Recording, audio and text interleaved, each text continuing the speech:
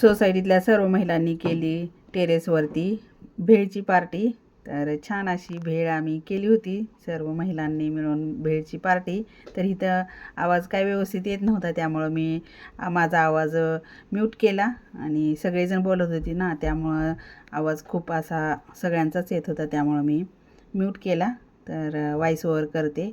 छान अशी इथं भेळ बनवायची चालू आहे। तर पूजेची आई भेळ बनवतात। तर सगळेजण येऊन बसलेले आहेत।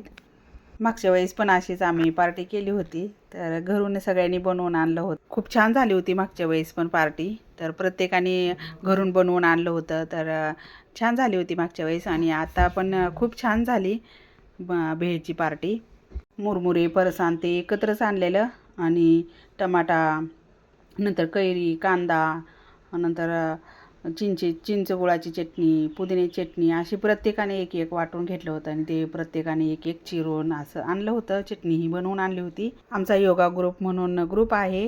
ग्रुपमध्ये सर्व वयोगटातल्या महिला आहेत। खूप छान वातावरण पण होतं। आदल्या दिवशी पाऊस पडून गेला होता, वाटलं होतं आज पण पडतोय का काय, पण आज पडला नाही आणि जशी बनते तशी सगळ्यांचं खायचं पण चालू आहे।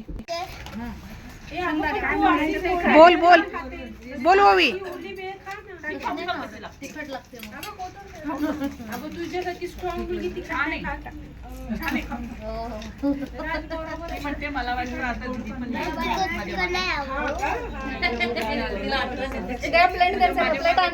नंतर सगळ्यांनी मिळून भेळ खाल्ली आणि आज चंद्र पण तांबूस कलरचा होता आणि असं होतं वातावरण।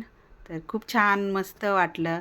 सगळ्यांची भेळ खाऊन झाली होती आणि आता सगळेजण चाललं होतं सगळ्यांचं गप्पा मारायचं, प्रत्येकांचे विषय निघलेले आणि तेवढाच टाईम मिळालेला। तर चला